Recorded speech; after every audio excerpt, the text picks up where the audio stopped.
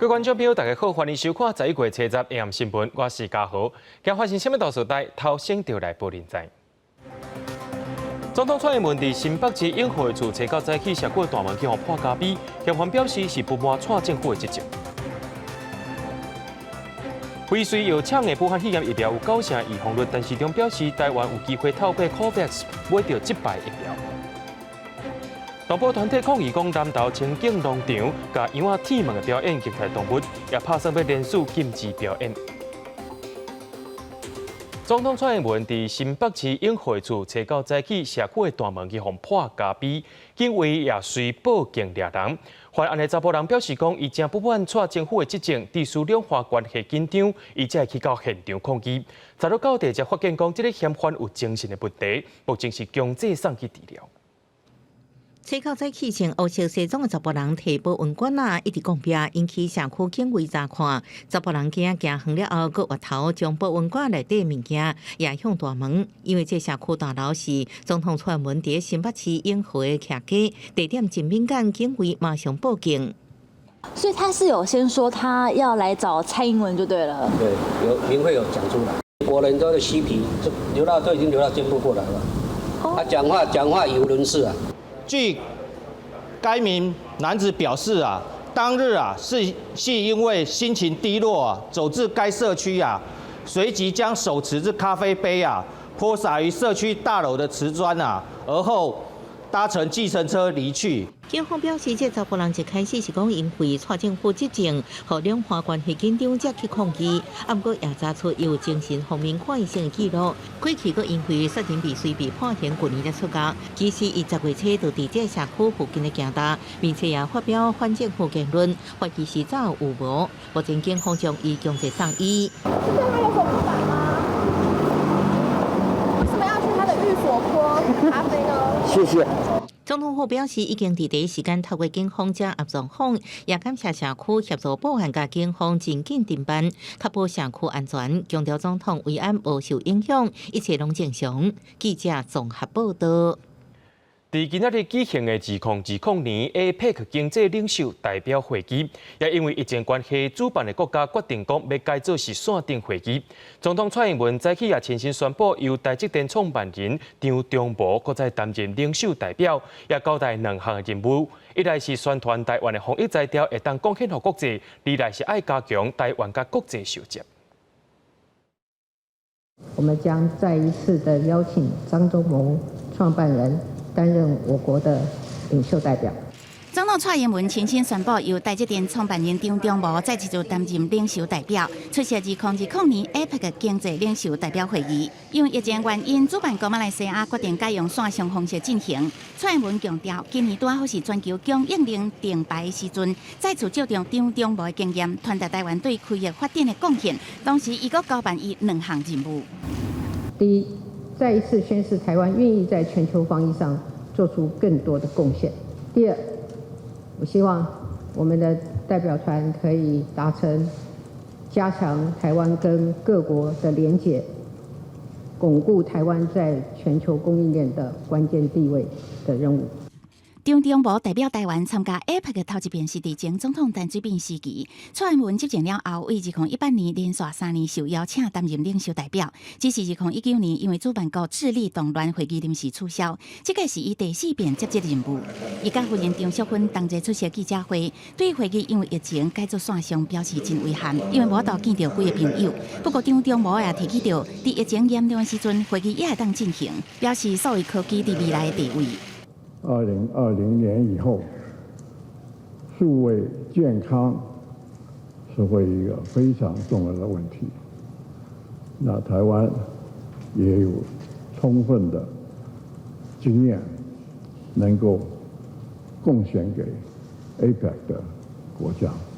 今年 APEC 伫台北时间11月20暗时8点线上召开，张忠谋将伫总统府视讯会议室来参加。同时，今年参加部长会议的双部长是政委郑振中，也甲国发会主委景明兴。另政委同行是受邀请线上参与19个企业领袖对话。记者综合报道。世界卫生大会伫拜一开始开会啊，针对着各国邀请台湾以观察员的身份参加 WHO 提案，又搁再去互中国挡落来。中国的代表强调讲，台湾必须要遵守一中原则。行政院长苏贞昌也认为讲，中国一再用政治因素阻挡，只会引起国际社会配谈配暖。世界卫生大会 WHO 提到以实行的方式复会，根据技术规则，由14个友邦所提邀请台湾以观察员参加世卫大会提案，需要先伫总务委员会议审议，通过了后才会当送往大会审议。虽然几个友邦国拢挺台湾，不过因为中国的打压，总务委员建议台湾参与世卫提案无第二议程，需要大会展开2对2辩论。2017, this invitation was withdrawn for political reasons, and unfortunately, you have followed this precedent. The participation of Taiwan in the World Health Assembly as an observer is a health problem. It is not a political issue.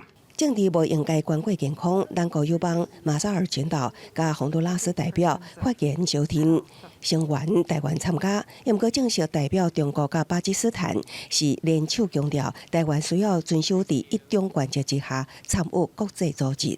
在一个中国的前提下，台湾地区参与全球卫生事务，包括世卫组织技术活动和获取相关信息，毫无障碍。台湾抗疫成效受到肯定，不过伫中国的阻扰之下，犹原无法度参与国际事务。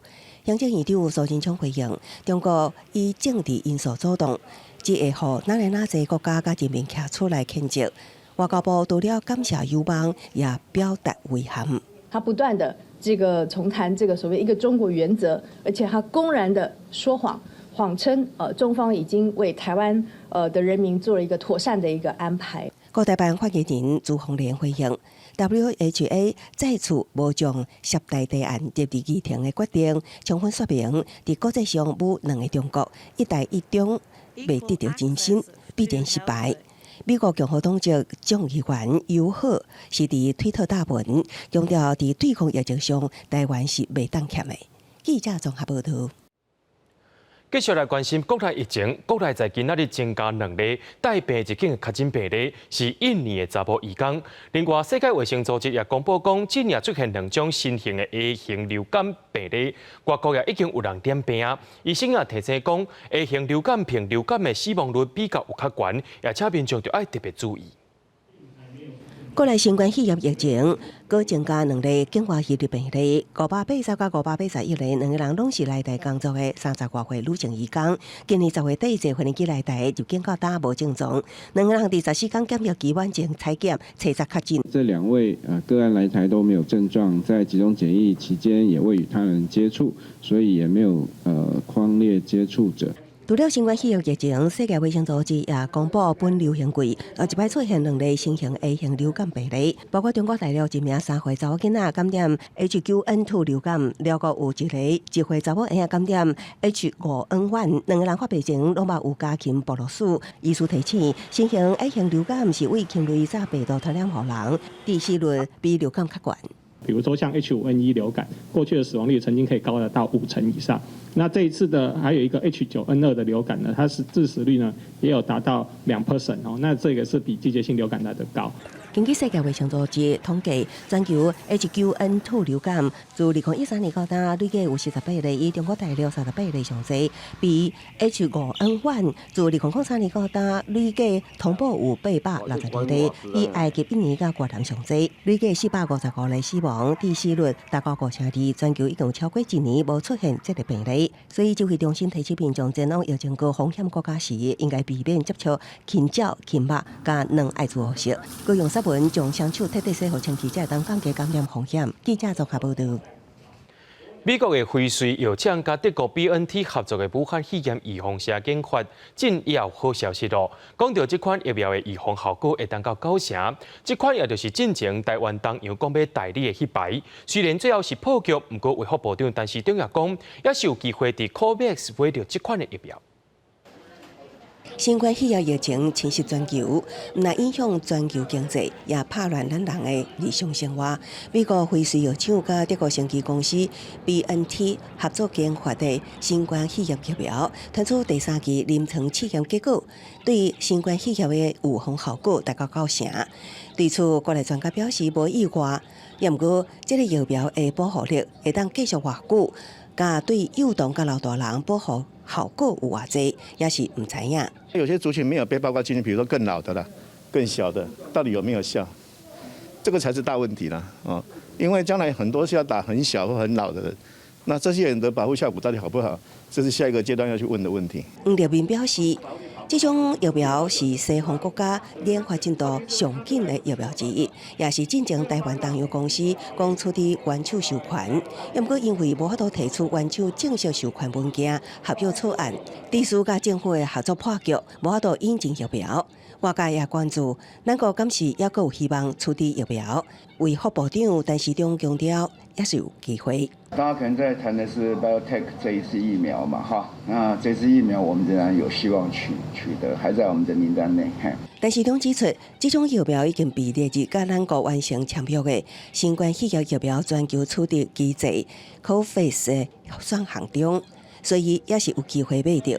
辉瑞药厂也表示，临床试验有希望在11月底前完成，也会将成果发表伫医学期刊。记者综合报道。伫咧全世界当中，真侪经济活动拢因为疫情先来暂停。不过，台湾受到疫情的关系，资金无法度投资，真侪拢走去房地产啊。内政部公布今年第2季主体计销指数，全国的指数已经来到105.39，已经是连续7季拢直咧起。6都当中，除了台北市以外，其他的今年第2季拢是继续破纪录，其中台南起上侪，一年就起5.46%。一栋新的建安顿伫咧赶工课，这是伫台南科学园区赛车5分钟的南科 LM 区，伫台积电开100亿买南科厂房2栋的加持之下，嘛带动台南房地产的商机。在北部上班的就回来，就业机会又多，所以年轻人如果是住南部的，很愿意就往南科这方面来了。现在中北部的他们的房市基本上就是没有之前那么热络，所以呢，投资客就会跟着下来。内政部公布109年第2季主体计销的指数是105.39，甲107年第3季、第4季来比，已经连续7季创历史新高，厝价有豆豆咧起的趋势。若看6都主体计销的指数，除了台北市以外，其他的5都今年第2季嘛是持续创下历史新高，其中以台南一年起5.46%上济，目前指数是101.38。甲2016年来比，平均厝价已经起超过1成。若台中市是连续5季创下新高，一年起3.69%。若高雄市一年起的幅度嘛有3.68%。这一波的一个资金的这个浪潮，那最主要是还是转进到比较中小坪数或者是在低总价的一个部分。那像是在台中地区，我们可以看到这几年啊，其实包括了人口的一个红利，那么再加上产业园区的一些开发，那另外在台南的部分，当然最主要其实就是台积电它所带动的整个半导体的一个群聚效应，那么也都带动了周边它的这个住宅整体的一个价格的表现。老北京表示，虽然新冠肺炎疫情还搁伫咧滚价，不过因为目前房贷利率来到历史新低1.309%，市场的资金嘛真充分，所以房产真做民众投资保值头一个选择。这拢是互目前国内房市小可有起，而且量能有伫咧扩展的态势。不过未来要是爱持续注意政府敢是会对房市展开相关性的调控措施。记者综合报道。对着阮的镜头来看在地上大条，真侪游客去到南投的清境农场，拢要去看甲羊仔舔毛的表演。动保团体也认为讲，这款表演的活动的根本就是虐待动物，若无教育意义，也会教歹囡仔大细。动保团体也要求要发起联署，爱要求这个农场停止舔毛的表演。不过农场表示讲会调整内容，不过舔毛的表演是会阁继续。这个牧羊犬甲羊围调咧，一直咧飞。这个羊是真凶，共赶紧走入去。不过详细看，有几啊只羊已经摆卡。若伫咧草埔的外口，阁有羊仔因为剩家己一个尔，所以因为牧羊犬咧甲赶，买手去弄着炸烂。虽然现场的观众有看到，不过表演也是继续进行。牧羊人甲羊夹伫骹旁，互羊袂顶袂动，了后甲手指头放伫羊的喙内底，佮甲观众讲安尼真好耍。不过动保团体认为讲，千景农场如羊毛表演的内容无适当。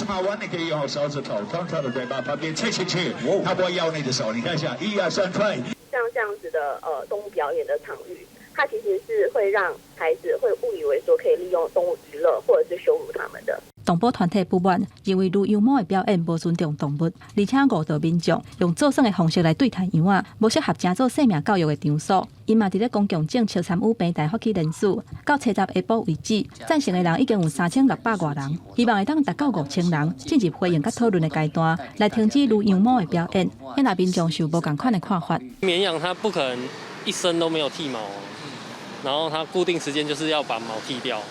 让它重新生长。国外你说像纽西兰的话是从那边过来的嘛？对啊，那但是他们的生活方式没有错。他到底有没有吃好睡好？我们是透过剃完绵羊之后，用我们的人工触摸及外观的判识。千景农场表示，牧羊人甲手指头啊插入去羊的喙底，是因为要检查伊的喙齿。也若如毛嘛是要加速换羊毛的速度。不过引起争议的小解方式，会尽量避免，嘛会甲炸烂换做软的网仔。不过目前未暂停如羊毛的表演。记者综合报道。伫咧花莲有一大牧场，因为电网仔歹去，内面30多只牛刷头走出去，伫农业区内乱扫。警方接到通知了后，也赶紧把这30多只牛赶到边仔小路啊，才通知主人来看牛。这款脱线行为也得爱罚300块。牛群伫街路自在行，这边还阁停着沙石车的车道，这是花莲光华工业区近年出现牛群洗大街的特殊景象。原来是附近的牧场通电电网，技术落后短期故障，牛群弄断电网了后，走去工业区。所以有看过他们跑出来哦？它很多只吗？有2只这样。他没有看过3、4只这样子。因为牛群分散散动，警方协报告场随实施交通管制，各以包围策略，将牛群赶到庄卡小路，并且通知饲主到场，将牛只陆续带回去。接获民众报案，在光华工业区附近道路有牛只出现，那员警立即前往实施交通管制，并联系饲主将牛只带回。那我们今年度已经有告发了4次，那我们持续要求饲主要善尽管理责任。警方强调，依据《道路交通管理处罚条例》第84条，疏忽也是放饲养的畜牧动物，随在伫道路走妨碍交通，将会对所有人处300块以上600块以下罚款。警方也依法对饲主开出300块的罚款，并且呼吁其他饲主先尽管理责任，以免发生事故引起纠纷。记者综合报道。无想要破财的观众朋友，这条新闻你就爱特别注意咯。真侪人伫咧等红灯的时阵，会对车顶走去对面的车边买物件。虽然讲走去路边转来是依然是红灯，无造成别人的塞车。不过这款的行为也算是违规，特别是骑奥多拜民众拿准雨来等红灯的时阵，就开始穿雨抹。警方也表示讲，这拢是违规的行为。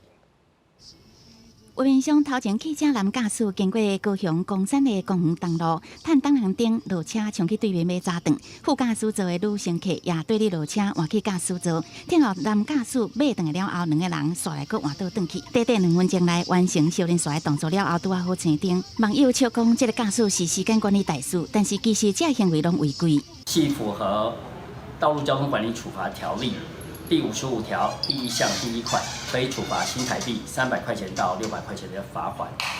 另外，驾驶人在快车道下车之后进行穿越马路，也是可以处罚新台币300块钱。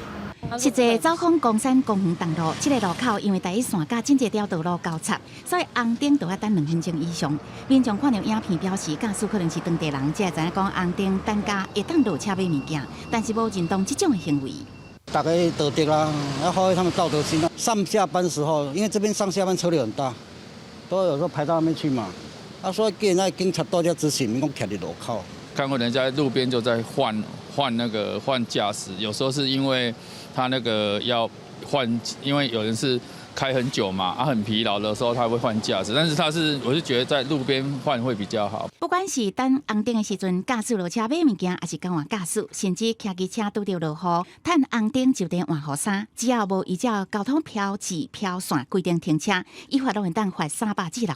警方也呼吁民众遵守交通规则，莫贪一时的方便触法，算袂好。记者综合报道。国际上要紧，头期先咱继续来关心美国的选情。虽然美国总统大选已经结束啊，确定是由民主党的拜登得胜，不过真正的司法战争才拄要开始尔。那川普阵营的人提起宾州投票算票有人造酒，甚至共和党执政的州各州的检察长也召回联署，要求最高法院要限制假批投票时间。另外一方面，一直甲川普意见未合的国防部长 Esper 也已经被换掉啊。美国总统川普伫推特指出，现今国家情报总监办公室所属的反恐中心主任克里斯多福米勒，为即麦开始代理国防部长职务。同时，国防部长艾斯培确定离职。川普最后阁表示，感谢艾斯培年外努力。英国金融时报报道指出，外界认为川普剩的任期只有2个月，即麦替换有经验的国防部长毋是好的做法。金融时报也讲，伫弗洛伊德事件了后，拖到全美国的示威，真一摆真早小派暴力冲突。川普原本拍算依法出动正规军协助各州国民兵维持秩序，真一摆被艾斯培反对。另外，选后这段期间，作为内阁重要成员的艾斯培故意甲川普政府保持距离，所以被换掉是无意外。虽然主流媒体拢认定总统大选由拜登胜利，不过被评定为中间偏右，不过大部分也阁算据实报道的新闻甲民调网站，真实清明政治 RCP。顶回总统大选地图，宾州甲亚利桑那州是结果未定，和拜登的选举人票为290降为259，其中乔治亚州目前由拜登领先12000多票，不过州政府进行决定重新算票，无排除出現非法投票的可能。We are going to find that people did illegally vote. That's going to happen. There are going to be double voters. There are going to be people who did not have the qualifications of a registered voter to vote in this state. 川普阵营对投票算票争论，除了非法投票，也阁有算票过程无透明。密西根州甲宾州这民主党的执政的所在，共和党派出的监票人员拢被挡伫门外，用起来选票可能出现部分造假。We want an honest, accurate, lawful count. We want maximum sunlight. We want maximum transparency. Michigan is my home state, and in the county, Wayne County, Republican poll watchers were denied their legal right to monitor the election and purposely kept in the dark, both literally and figuratively. 邮政纽约市长朱利安尼领军的共和党律师团已经向各州法院提出4到5件控诉案。共和党这边的各州检察长也联名呼吁联邦最高法院下令转基金票上济宾州民算伫投票日以后寄来选票。连任新冠共和党资深参议员麦康诺支持川普针对选举证据提出诉讼。记者综合报道。讲到已经选调总统的美国民主党的拜登，伊伫初稿表示讲，武汉肺炎疫苗通好互证人自进前，美国可能爱先经过一个乌坎坎的寒天，也希望所有民众就爱甲喙掩挂起来。美国初稿的死亡人数也未来到24万人，就专家表示讲，美国可能会愈来愈严重。另外，现任的乌克兰总统也宣布讲，家己去染到武汉肺炎，目前也当咧自我隔离。民主党总统当选人拜登初稿成立由12位专家组成的新冠病毒疫情咨询委员会，拟定对抗疫情的计划。打算明年一月3日就职了就开始行动。伫即天，美国的确诊病例已经超过1000万例。委员会成员流行病学的专家奥斯特霍姆预告，伫未来3个月到4个月，美国的进入疫情上黑暗的时期。We are about to enter COVID hell. It is happening. After Labor Day, we would see astronomical increases in the number of cases. This number is going to continue to increase substantially. We have not even come close to the peak. And as such, our hospitals are now being overrun. The next, 3 to 4 months are going to be by far the darkest of the pandemic. 冬天要来啊！感恩节、圣诞节这寡重要的节日也要到啊！这款会甲拜登伫咧记者会谈会互相呼应。虽然拄则接到辉瑞疫苗研发有成果的好消息，拜登强调，食品药物管理局 FDA 审查就要完全透明，互美国人民会当放心使用。不过这是无法度随改变美国现如时的状况。就算是疫苗核准，未来要大家拢会当做，至少爱几落个月。We're still facing a very dark winter. We'll follow the science. Let me say that again, and we'll adjust to new data when it comes in. I implore you, wear a mask. Do it for yourself. Do it for your neighbor. 记者综合报道。美国看煞了后，咱来看中国的本土疫情。中国疫情好亲像有碳翻台的趋势，初八天天出现2例，初9和今仔日上海拢增加1例，拢是上海浦东机场的货运工人。另外，中国国务院也规定讲，进口的冷冻食品拢爱做预防性的消毒。那讲到香港在今仔日因是增加9个人确诊，政府也甲限聚令搁再延长1礼拜。中国官方疫情通报，初9新增加22例新冠肺炎确诊病例，一个本土案例来自上海。上海疫情防控记者会指出，确诊的51岁查甫人是上海浦东机场的搬运工，伊的同事安徽省姓兰的查甫人也伫初10确诊。王某某，男，51岁，肺 CT 显示双肺多发毛玻璃样。中国本土疫情严重，初八天顶新增加2例本土确诊，其中一个是冷冻食品的装卸工，因为最近的案例拢甲冷冻食品的运输有关。中国海关总署第一批印尼进口的冷冻鲳鱼也验出新冠病毒阳性反应，初10宣布全面暂停印尼水产品进口申报1礼拜，所以也发布进口冷链食品消毒方案进行防范。在进口冷链食品首次与中国境内人员接触之前，实施预防性全面消毒处理，最大程度的降低新冠病毒通过进口冷链食品输入的风险。发生的病例数很少，一些偶然的因素促使了各地的病例的发生。那么我们把这种情况称为偶发。香港疫情方面新增加9个确诊个案，其中4个是输入个案。截至初10为止，香港累计5390例。香港政府表示，过去1礼拜也是出现源头不明的个案，反映社区也是有稳性传播链。原定礼拜是到期的4人限聚令会延长1礼拜。如果疫情反彈呢，係同埋再次喺社區出現大規模嘅爆發呢，政府係冇選擇，一定係需要大幅收緊防疫措施咧，保障市民大眾嘅健康。衛生防護中心也強烈呼籲香港市民避免所有非必要嘅旅遊計劃。最近也公布甲新加坡旅遊專案嘅細節。記者綜合報道。人講現代科技新產品無數教人冠精神。美國嘅運輸公司美軍佇初八也在美國嘅拉斯維加斯一笪沙漠進行超級高鐵試驗，而且這回是頂頭有載人。這也表示講，這未在10年之內，超級高鐵有機會出現1點鐘走1000公里嘅時速。伊塔型的車廂停佇廣亞型的鐵軌路頭前，由美國運輸技術公司為頂開發的超回路列車，嘛號做超級高鐵列車，準備進行頭一屆的載人試驗。超級高鐵的創意是佇真空的管道內底，利用加盟廣亞型的車廂載運乘客。這款的技術會當用時速1000公里的速度鎖頂檔。若是試驗成功，會當替大眾運輸技術產生真濟改變。會當看到參加試驗的人歡喜坐入去車廂內底，佮會當輕鬆講話。So good. I'm doing great. Amazing. This test was really to show that this system could be safe for passengers. And so most of the time we have a low pressure environment inside the tube, and that would be like flying at about 50 kilometers of altitude. So usually the only people who fly in that wear spacesuits. But what you saw yesterday was Sarah and I just wearing normal clothing and getting in the vehicle. So we had to design the vehicle to be safe for us. 超回路列車的速度試驗過去已經有400多屆，頭一擺的載客試驗是伫美國內華達的沙漠內底，因為試驗的距離只有500公尺，無法度達到徹底加速。為了保證加速佮減速的坐車感受，這個試驗限制伫時速172公里。These initial versions, these 2-passenger versions, moving them to the 28-passenger versions through the technology development that we're doing right now. And then in project work, we're really looking at something, in excess of 1 kilometer, moving on to 10 kilometers at like a certification facility. 開發企業威丁表示，列車的速度上懸會當到1080公里，為紐約到華盛頓只需要30分鐘，是飛行機的2倍速度，甲高鐵的4倍速度，佮未產生二氧化碳。李威丁嘛希望會當伫2025年前通過超級高鐵的安全認證，而且伫2030年正式進入營運。記者陳時東整理報道。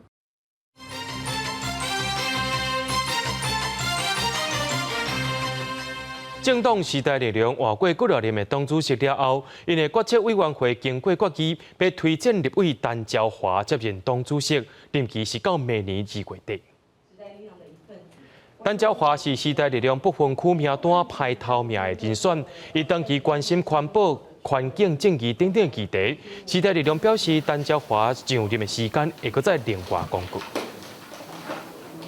讲到美国总统 Trump 宣誓了后，率甲国防部长 Esper 时透露，这引起众人伫咧议论讲，敢会影响到台美合作，甚至是印太战略政策。咱的国防部表示，就算换总统，美国的印太战略也是袂改变，甚至美国的学者认为讲，拜登做总统会甲印度欧盟重新讲和，也会强化印太战略。随着美国民主党总统当选人拜登将要入主白宫以后，台美中关系成为各界关注的焦点。再加上美国总统川普伫当地时间初9无预警宣布开除国防部长艾斯培，今次将影响台美合作甲美国印太战略政策引起讨论。国防部初早强调，美国的印太战略政策为的延续性，目标伫咧维持区域的和平甲稳定，就算换拜登主政也袂影响。遏制中共在这块区域里面的军事活动的扩张。那么台湾又位居在整个印太战略的一个关键的位置，是区域秩序稳定的一个重要的环节，所以美国应该会持续推动它的印太战略，不会受到影响。美国智库布鲁金斯研究所的印太关系战略专家初10日实行检讨会指出，拜登支持多边主义，预料会甲印度欧盟等国修补关系，也会继续强化印太战略，甚至对咱国融入国际体系有帮助。I do not think that the election, as some fear, will reduce America's political power. In fact, members of both parties in U.S. Congress support Taiwan. 学者分析，拜登对包括北大西洋公约组织、甲亚太地区整体部署等多边安全事务的态度，会比川普较明确可信，更较会当预测美中两强竞争态势不变，也有可能增强，也毋过未升级成对抗关系。另外，中共军机伫初7、初9无清掉，初10早甲下昼军事媒阁记录到几架次军机进入咱国西南角 ADIZ。中华民国空军广播。位于台湾西南空域，高度15000公尺的中共军机，注意，你已进入我空域，一切非常安全，立即回转处理。早起攻击维持伫3000多公尺高度，下昼却升到1万公尺，可见咱国防卫实力。11月份到10天，攻击有8天伫咱国西南空丘附近侵扰，拢互空军广播管理。记者综合报道。伫咧顶个月31日，苗栗的利华风电业者向海巡报案，讲中国渔船已经掠过界，也已经要到风力发电的时间区域。特别是中国渔船用拖网伫咧掠鱼，已经影响到大家作业。海巡人员也随派出着巡护舰去甲中国渔船全部赶走。海巡巡护7号赶到苗栗后龙离华3海里外海，已经无距离外界中国渔船。目前为大陆渔船开始驱离。苗栗后龙利华风电工田公司10月31日早起向海巡报案，中国渔船越界掠鱼已经威胁时间，因为当时海上无好超过9级风险，台中海巡小型巡防艇无法度出海，严控10级风险的船舰到位了后，伫苗栗后龙西平5.8海里的所在驱离2只中国渔船。风电海域有这个陆船越界，那也结合我们舰队分署的这个大型船舰跟海巡队的这个舰艇的这个能量，持续的来扩大扫荡跟强制驱离这个任务确保我们的工作船不会受到干扰。海巡署表示，苗栗后龙外海离华3海里，正在做离华风机工程，业者回应中国渔船已经干扰时间，有影响相关设施的记录。台湾渔民是指出，离华风机设置了后，掠鱼范围已经减少，中国渔船搁定越界到3海里的所在，互渔民生存的空间减少，也威胁台湾的离华风电。今天是大陆渔船，你们根本无法可以管辖他们嘛。风浪大的时候根本没有办法作为嘛。遇到大陆渔船这个破坏之后，剩下的烂摊子谁要去收了？渔民表示，确实政府无重视中国渔船严重越界问题，不只是台湾渔民的市场被分走，未来新能源也有安全的运休。记者综合报道。有一种真强的镭射笔，号做纸性笔。这款物件伫网络文具行拢买有。若准强度有超过100毫瓦的镭射笔，既然会伤人，爱安怎规范呢？台北市法务局表示，超过限度的违法商品，就要限期改善。若准无改善，会当罚到100万。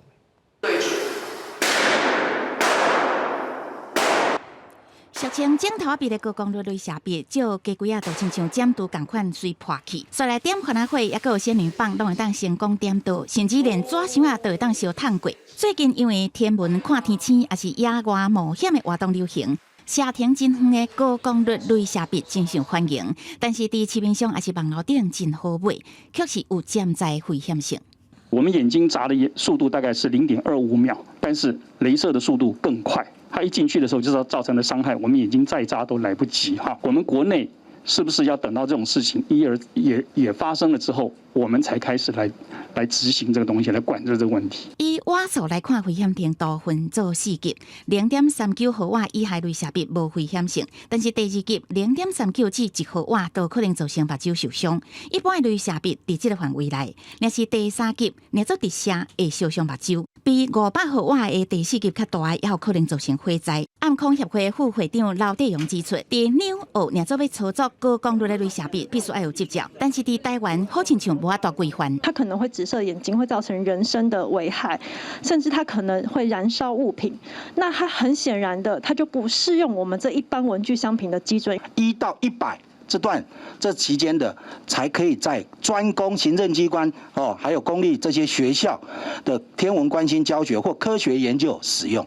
依照59条，可以罚10万到100万，但是它前提是会限期它改善。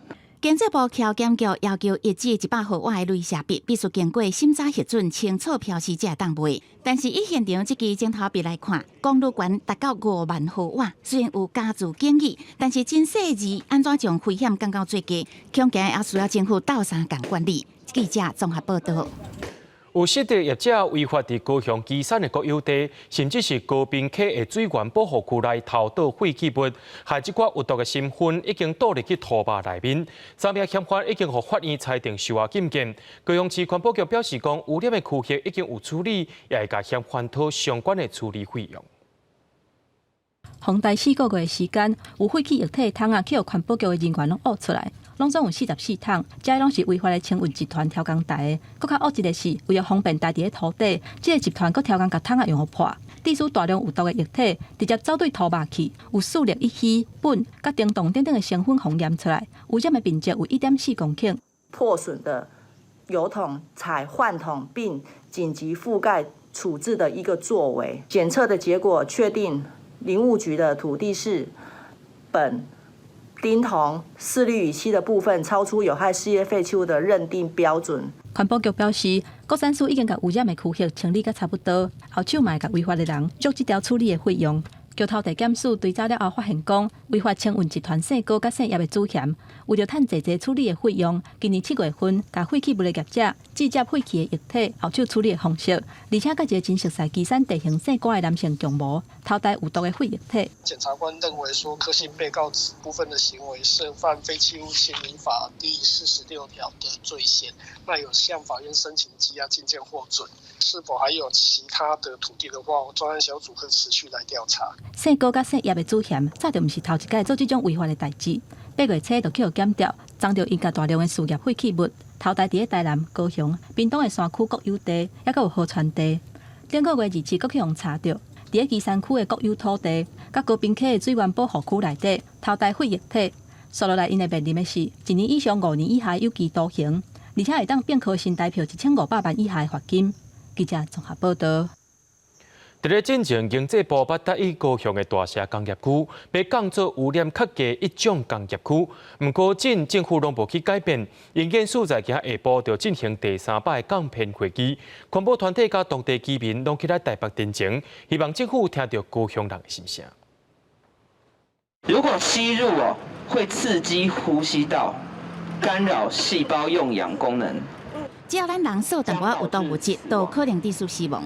环保团体验出第3类毒化物氰化氢的危害，指出讲全台湾除了台塑未了厂以外，都是高雄大社石化工业区的部分工厂有伫运作这种的物质。还在运作氰化氢，而这个位置呢，是跟大社的社区紧紧相邻。大社工业区降编为乙种工业区是施政的重点，也是高雄人的共识。环保团体甲当地居民指出，政府相关单位早伫1993年就同意予大社工业区，伫2018年为高污染、高公共风险的地种工业区降编为污染较低的一种工业区。但是跳票2年，营建署伫去年调开第2次专案小组会议了后，隔1年，伫7月下晡再一次调开第3遍专案小组会议，希望大家会当有一个共识。口罩的所有，还有这个防护衣啊，如果我们自己没有生产这个石化原料的话，你有再多的工具机哦都没有用。伫个政府无配套，我希望大社工业区至少会当维持甲种工业用地。就化业代表指出，大社工业区的产业链相连，搁较是医疗、供电这产业未当欠缺的原料供应，若做真正降为一种工业区，让咧劳工生活甲整体产值会大受影响。希望会当有一个变通的方式。如果现有的制程可以延续的话，那也许冲击比较小。可是这里呢，如果大家没有取得共识，整个大高雄地区衍生的，甚至对整个台湾的产业都会产生很大的冲击。本案的部分，高雄市政府建议还是要变更为乙种工业区，经济部或业者来去共同研提具体的一个产业转型。规定会议营建署爱汇整各方的资料，后续将报报处理，看相关案件后续要安怎进行，还未做最后的结论。记者综合报道。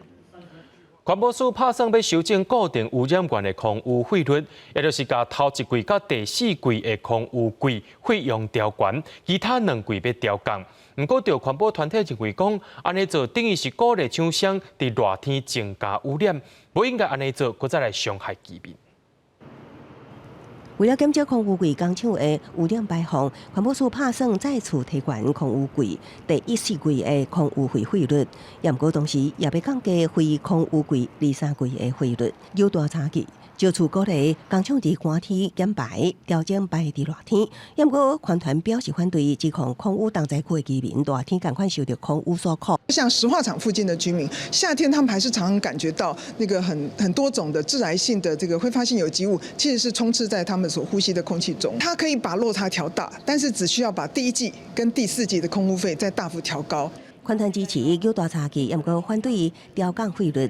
民进党立委林淑君也指出，国内空污费上低，以 PM2.5的前驱物硫氧化物来看，台湾非空污柜每公斤收5至8.5块，低过韩国的16块，也比防治设备成本大约9块价。这恐惊要让厂商甘愿交钱无代志，煞无买到做减污，扛人民健康之慨，图利业者嘛，缴交空污费比更新设备还便宜那么多。成本外部化，台湾用废去吸收，你还要调降吗？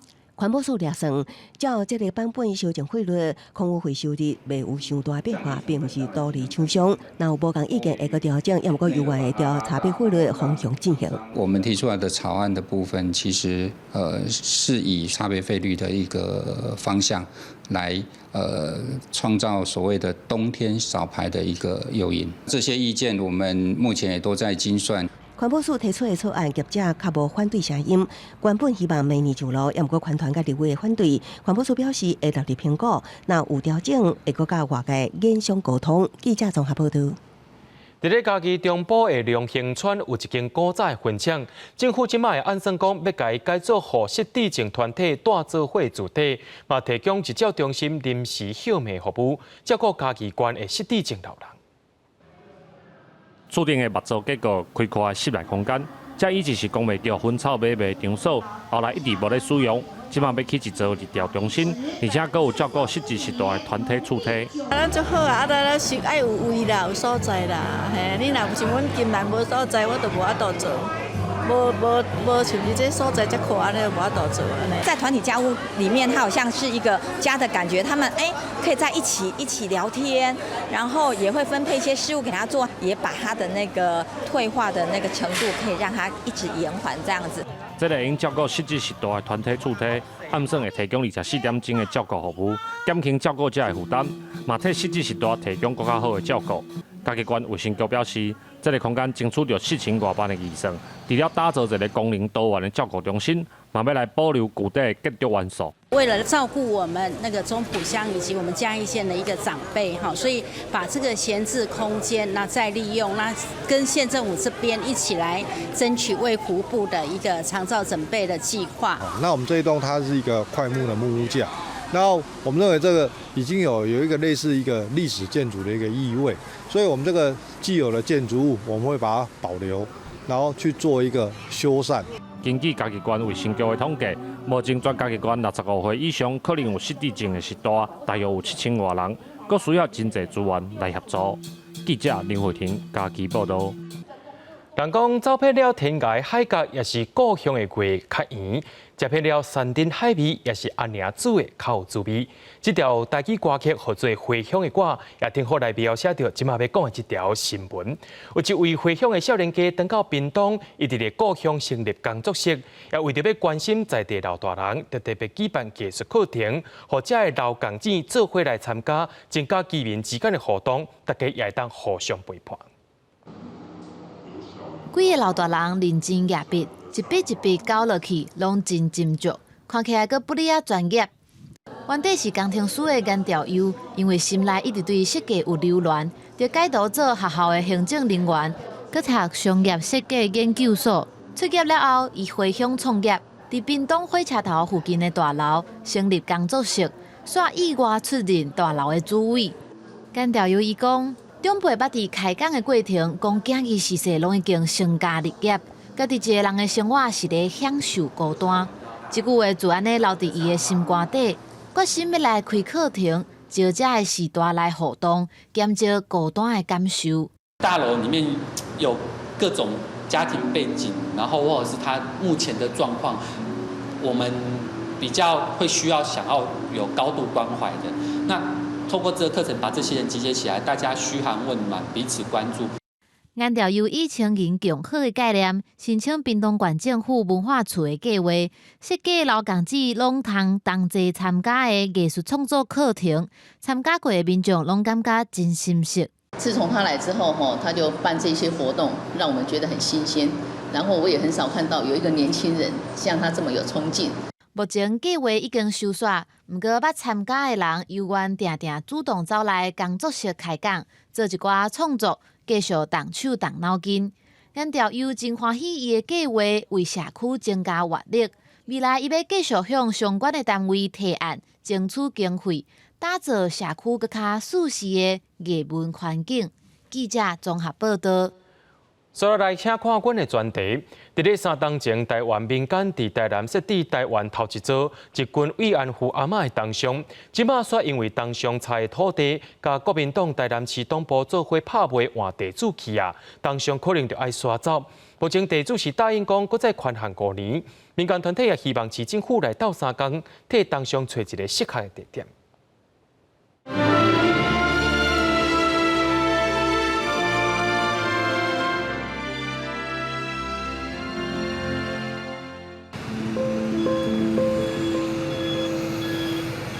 台湾第一座前日军慰安妇阿嬷的同乡，就安伫个台南市区的街仔头，不过未来可能爱刷走。现在市党部已经迁移到东区，所以这边就势必我们的同乡，我们有跟地主说，是不是可以再给我们几年的时间？所以他地主同意了，在5年的时间再让我们迁离。所以我们希望台南市政府黄伟哲市长可以另寻比较适合的地方，让我们可以怀念纪念这个慰安妇这个议题。阿嬷同乡所徛的这块地，原底是国民党台南市党部的空地，因为互人拍卖换地主，市党部已经搬来东区林心路遮，村同乡唔知要刷去倒位，回告同乡风波，2018年拄识字，就发生日本人假做要甲踢的事件，影片一个出来，迄个时阵引起真侪台湾民众的不满。政府伫这方面呢，应该适度表态。如果你有啥物为难，会当换另外一个角度来关心，敢毋是？这是关心妇女、关心人权呢？关心咱台湾发生过迄类的历史啊。国民党副秘书长谢良介跳出来批评，认为政府这3天来对慰安妇议题拢点无动静。揭露。其实，这个当上是敢若逐冬8月14，国际慰安妇纪念日会举办活动，有时阵会有民众主动来献花。毋过，即马阿嬷的当上孤单徛伫个路边，济游客来遮，拢是看对面的林百货、银行等等日本时代的古迹。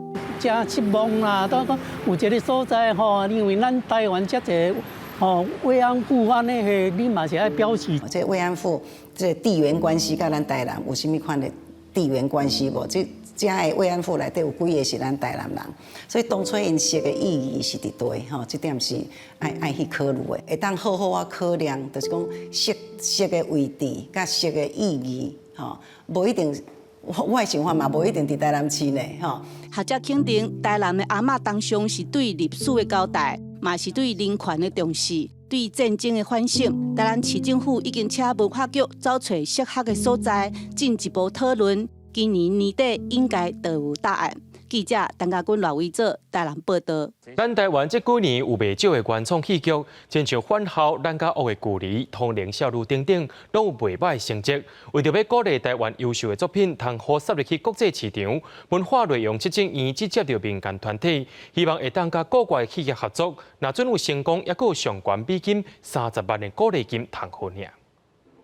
家庭故事、工课场生活、推理剧情，要 LGBTQ 的题材，也伫咧开发阶段的原创作品。伫今年的创意内容大会，被甲侪国际媒体公司致接，若是有摕到合作案，文庆院计贴价提供上悬30万美金的国际合资合作鼓励方案。今天我想是一个很重要的起步。我觉得对台湾影视产业来讲，或者对全世界来讲，今年是特别的一年。我们跟金马创投文执行长，还有嘎嘎乌拉的林志杰执行长一起在这儿，就是要携手做一件事情，让台湾的原创内容能够攻占国际的市占率。台湾有丰富多元的原创题材，像是故事、小说、漫画、绘本、报道文学、诗集等等，5万整合汇流出版作品，和来自台湾这故事启动内容制作的产业链。那现在有文策院的一个支持，我相信这些优秀的这些企划应该会更放心。投资者们呢，应该也会对于台湾的影视创作应该有更多的信心在里面。这个合作除了金马创投会议，也有台湾 LGBTQ 线顶影音平台加加欧拉拉，这个平台嘛是台湾头一个全球化 OTT 平台。目前已经有超过190个国家的会员有在使用我们的平台，这些内容跟这个平台属于台湾的平台往外扩散。那作为一个有2个小朋友的同志爸爸，我觉得很开心，是活在台湾这样子的一个国家，就是亚洲第一个通过同婚的国家，然后带着一个非常包容的一个气息，可以让我们不断的把这样子多元的内容去创作。文庆表示，今年有22个国家参加这场大会，海内外投资数量甲去年比加3倍，会透过线顶和创作团队直接商业的合作交易。记者杨淑晴、林玉凯台北报道。明仔载天气是好也是歹，做伙来看预报，恁就知。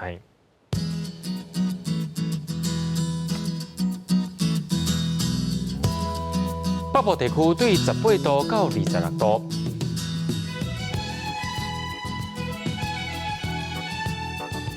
中部地区对18度到28度。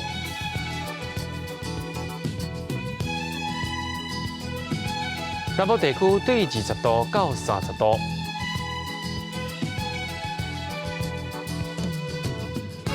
东部地区对19度到27度。咱来看外岛地区，对17度到25度。感谢各位观众朋友收看今日 AM 新闻，我是嘉豪，马上再同一时间咱再会。